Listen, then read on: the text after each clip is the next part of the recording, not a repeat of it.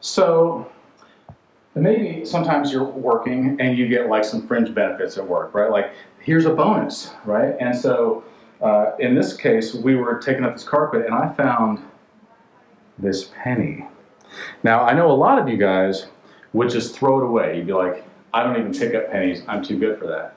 Technically that's illegal. It's illegal because that's government property, and if you throw that away, that's against the law. And I can't imagine how much more hypocritical it could possibly be than the government telling you not to throw away money, when that's all they do is throw away money. Anyway, we're laying some land, come on. So we laid this way, and then we're gonna fill all this in. So here pretty quick you'll see, so we have to take out the carpet and the carpet tack and the baseboards and everything, and then cut off the bottom of the door jambs, and then we will get that. So let's look at this room.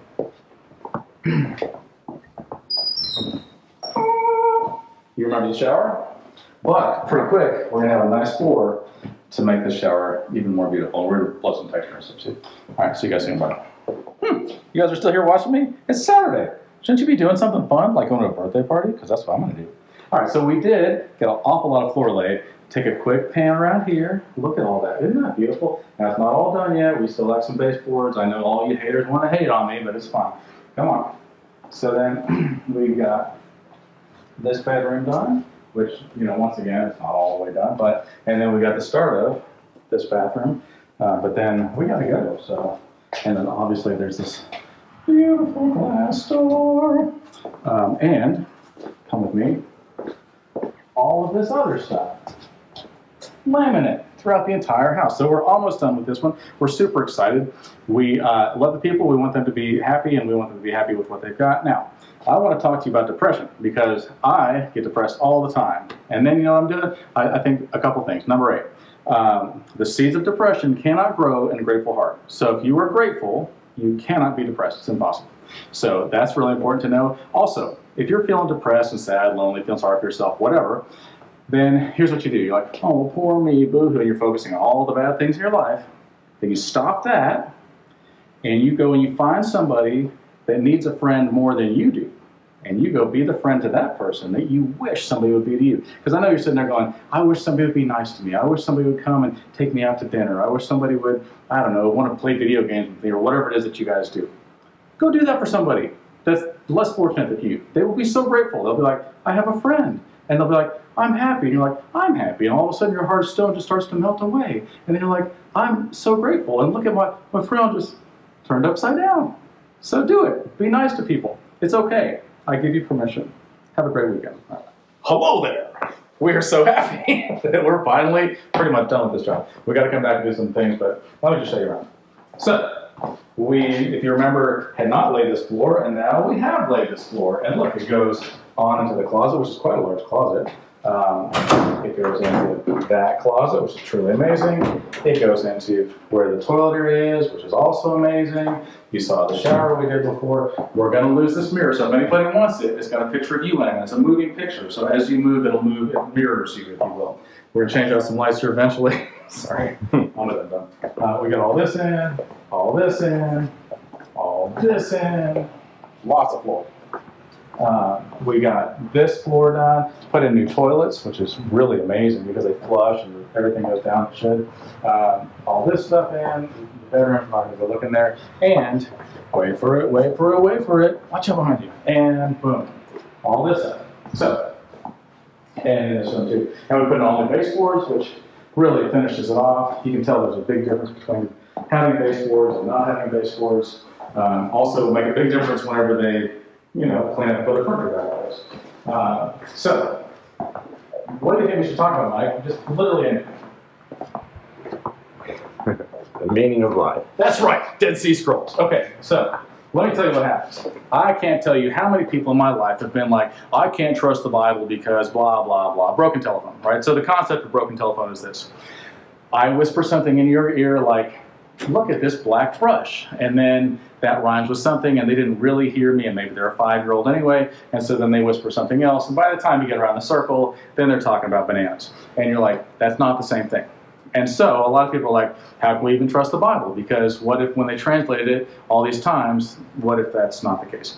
Number 8, when they translate it, there is a blessing and a curse in Revelation at the end of the Bible. And it says, anyone who adds anything to the words of this book, all the plagues written in this book will be added to them. And anybody who takes away so much as one word from all of this book, their name will be taken out of the Lamb's Book of Life. So if you believe the Bible enough to translate the Bible, why in God's holy name would you change anything? Because there's clearly a curse. And I know a lot of Bible translators, and they're all take it very seriously. The Masorites, right, way back in the day, when they used to not translate the Bible, but copy, because they didn't have printers back then. I know it's a shocker. So they would hand copy. They had to memorize how many letters there were in each book. They had to memorize the middle letter of each book. They had to know it backwards and forwards, literally. And if even the king walked up and said, hey, John, I noticed that you're working on that. What is that you're working on? You would have to wait till you finished copying the entire book you were working on and counted every letter and counted the middle letter and then got it done and like, yes, and then look up at the king and say, now what was it that you wanted? Because they take it that seriously, because that is the word of God and you're just the king. So you're like, that's just a bunch of words, John. Everybody can say a bunch of words. True story. But in 1947, what happened? Mike, do you know? No. Close. Okay, so the Dead Sea Scrolls. So the Dead Sea obviously is in Israel. I've been there. I swam in it. It's very salty. 9 times saltier than any ocean. And some goat herder kid was walking along with his goats, and he found this little cave, and he climbs down in the cave, and what does he find? You're right. A bunch of clay pots that were sealed off. No air got to them for literally, whatever it was, 1,900 years, something like that, right? A little less than 1,900 years. And so they find these pots, and he's like, ooh, I should tell somebody. And they do, and the archaeologists come, and everybody comes, and they look at it. And because Hebrew hasn't changed from when it started till now, and people that read Hebrew can still read the same old Hebrew as the new Hebrew because it's not a bunch of slang. Because of that, then they read it and they compared it to today's Bible, and they're like, oh, that's really identical. Like, there's nothing. The only differences were so minor that it wouldn't matter. It would be the tiniest of differences. And so if you're like, I wonder if it matters and if I can trust the Bible, the answer is yes, you can trust the Bible, because number 8, the Dead Sea Scrolls. Letter 2, when you read the Bible, it's not like any other book. It's the living Word of God. Therefore, it cuts to your heart, and you go, I feel like God is talking to me right now, right? If you don't believe me, try it. Pick up the Bible, open literally anywhere. Just open it up with your eyes closed and look, and God will be like, hey, this is what you need to deal with right now. And you're like, as a matter of fact, it is. Guarantee it'll happen, right? Guarantee.